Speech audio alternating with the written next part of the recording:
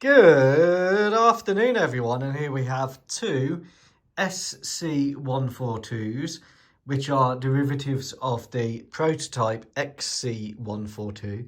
These are both Anigrand resin kits in 1 72nd and part of the family of C-142s, U-142s, and basically all the derivatives which are now in what-if service. Now, the XC-142 was a fantastically interesting project. It's a tilt wing, as opposed to a tilt rotor like a Osprey. So is it a bird? Is it a plane? No, it's a tilt wing. It can take off and land like a helicopter. It can do short takeoff and landings there. And it can do conventional landings and flight there. What that means is that this aircraft in its prototype form was capable of 431 miles an hour. So despite the fact it looks like a flying brick, it was very powerful, it was very innovative, and it's a real shame that it didn't reach operational service. Now, with these kits, it's quite hard to replicate all the details on the previous ones. So this is a Block 10 and this is a Block 20. They're both SC-142s.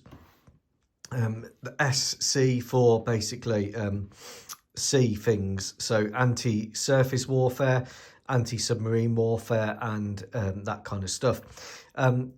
They will be serving on the bigger ships, so ships bigger than destroyers. So that would be landing craft, the big landing craft, the LPAs, the LSDs, and the LHDs, those kind of big amphibious ships. Not really on destroyers. I'm going to keep those to the Seahawks and frigates to the Seahawk, and then the Super Lynxes on the corvettes.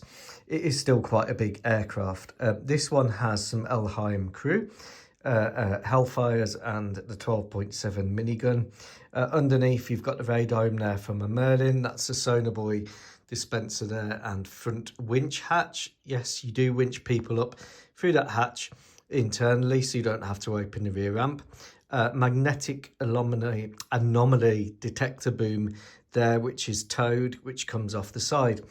So to reproduce that on this one was quite tricky, because it's a case of reproducing a lot of custom work. And this one, I went for the wings folded.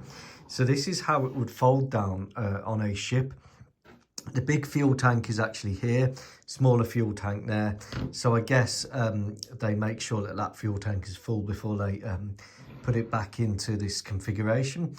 Again, we've got the radome underneath from a Merlin. We've got two dummy torpedoes. These are training torpedoes, as indicated by the blue. Sonar Boy dispenser, the winching hatch, and some countermeasures stuff. And then at the rear, the magnetic anomaly detector.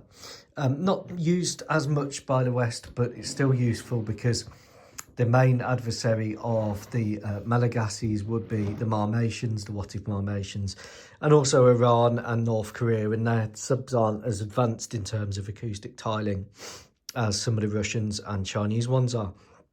So it all folds up quite simply. Now, I've taken this fold line from the point where the Anigrand kit actually merges, which makes sense as a place to have a fold line, because then you can fold back the wings like so. The propeller blades don't fold, and then you cut the tail here, and that is how the tail folds over to the port side, just above the line of the tail there. So it's quite a neat solution. It is 30 foot wide when folded, about 57 to 58 foot long. Just to put that in perspective, a Merlin is about 51 feet long, and a Merlin is 17 foot in width. Interestingly, the folded height of the Merlin is 17 foot, and the folded height of the SC-142 is also 17 foot. So it's certainly within what you would have on a carrier. In many ways, it's as compact as a Hawkeye when that's folded, if not slightly more. So I've got no hesitations of deploying it on the bigger ships. It would have some form of attaching to the deck, although because it's not going on destroyers and frigates, it doesn't need the harpoon system to go into the deck locks that you do on the smaller ships, because they tend to rock and roll a bit more in the rough sea. As of all SC-142s, the derivatives, it's got this tail rotor on there for balance. It's used when it's in helicopter mode, which is this mode here with the wings in this position. Now the wings can go past the 90 towards the rear, and they do that to accommodate balance and other landing issues. But generally helicopter mode would be up at a 90, folded a bit beyond 90, and then you've got a range of options there for short takeoff and landing. So this is SC-142 number 5. This leaves one member of the family to do, which is the Air Force one, and then I'll probably call it a day, although I would like to do one flying.